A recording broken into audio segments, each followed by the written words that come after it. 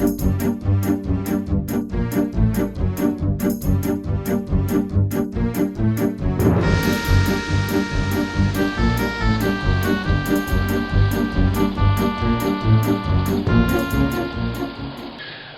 so we're at the end of our boil, so now we're going to turn off the heat and put on my sanitized lid. So now what we're going to do, we're going to take this over to the sink and we're going to give it a nice ice bath to get it cooled down. So I'll see you at the sink. Okay, so now that our beer is almost ready to cool down, we got to keep in mind that now everything that touches the actual beer, the wort, has to be sanitized. So there's all kinds of different products you can use to do that, and a whole bunch of different methods. But what I've found best that works for me is to get one of these wallpaper troughs, fill it up. It's about 2.5 gallons, and I make the sanitizing solution in here, so I keep all my instruments and my spoon and everything like that in here. And then in my bucket, I make another 2.5 gallons or so, and I just periodically spin it around and make sure the insides are all nice and covered with the sanitizer. So over the course of the next couple minutes, I'll go ahead and I'll make some sanitizing solution, and we'll get everything soaking, and then we'll bring the beer over and we'll actually get to cooling it.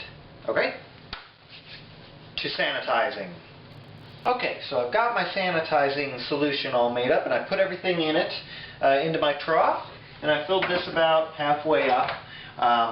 Again, with the sanitizer, I'm going to put the lid on this, give it a good shake, and keep shaking it as we're cooling the beer. But I thought I'd just go through a couple quick things to show you what tools I've got, just in case you're wondering if you're just now getting into this yourself. Kind of helpful tools to have around. A hydrometer. This is how you'll be able to test the alcohol content of your brew.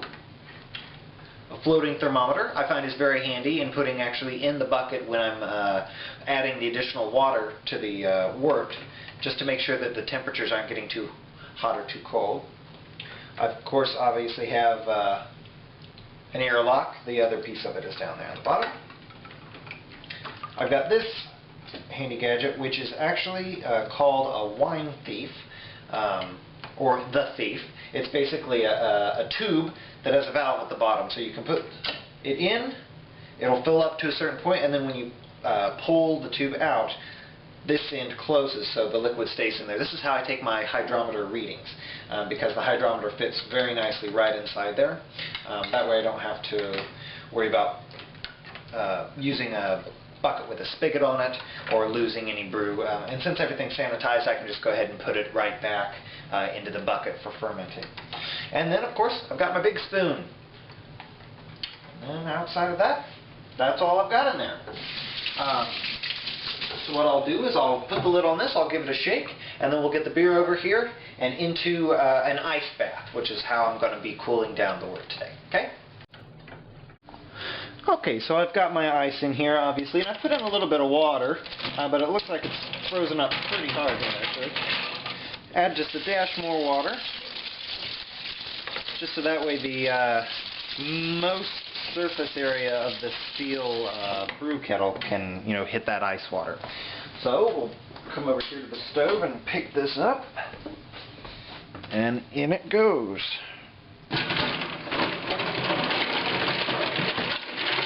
I kind of swirl it around so that way it gets as close down to the bottom as we can.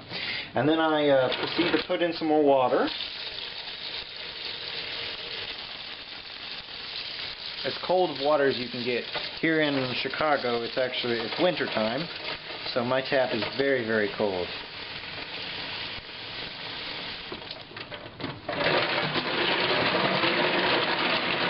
Be careful so you don't slosh it around too much, because you don't want to spill your wort. And now what we'll do is we'll roll up our sleeves a bit here, and we'll grab our sanitized spoon.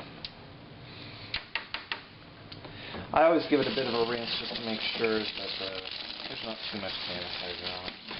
It's a no-rinse sanitizer, but they recommend that you let it dry.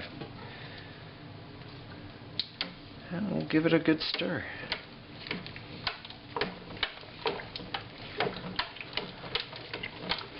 So this is usually how I cool my wort down. I'll give it a good stir until it's making a nice little tornado in there. I'll put the lid back on it. I'll drop my spoon back into my sanitizing solution. And then I move the ice around on the outside of the brew kettle. That way, everything is recirculating. Hot wort is coming up against the sides of the brew kettle, and then the cold ice water is constantly moving around the outside, so that way there's not a blanket of warm water just on the outside of the brew kettle. So I found that doing this method really reduces the time that it takes to cool down my wort a lot.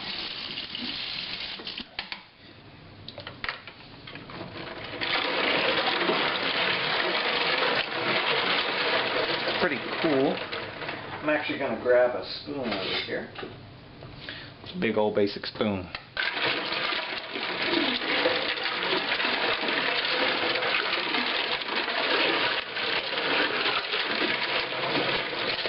You can already see that the ice is melting very quickly.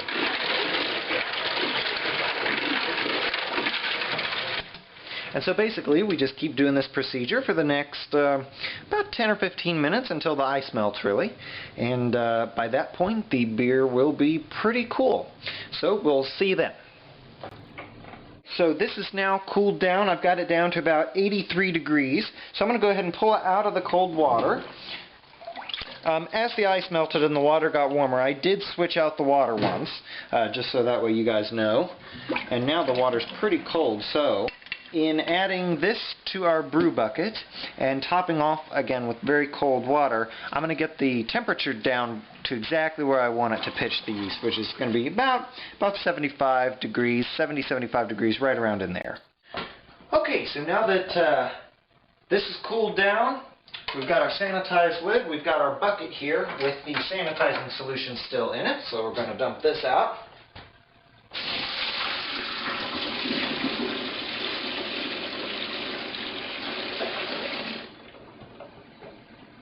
It's very foamy stuff that I use, so that's why I always like to give it a rinse.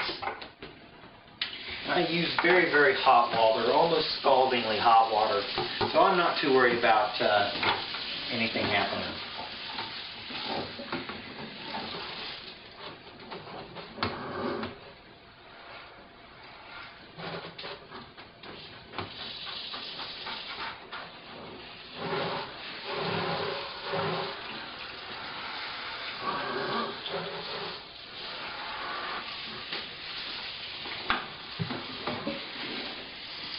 You want to be careful not to dump it in your wort. And there we go.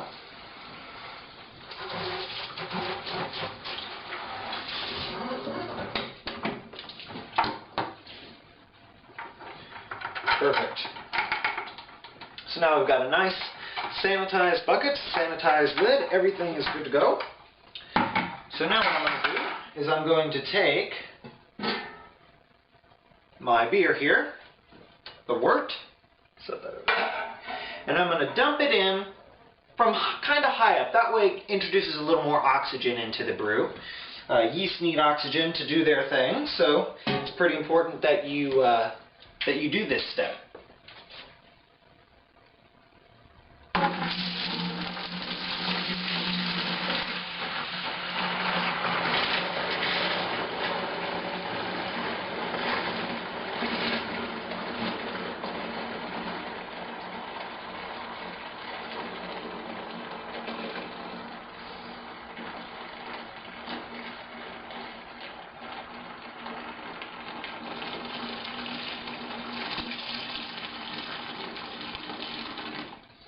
Okay, and there's some sediment in there. I'm not going to worry about pouring that in there. Bring this up. And now, like I said, we're going to top it off with very cold water, right up to the 5-gallon mark.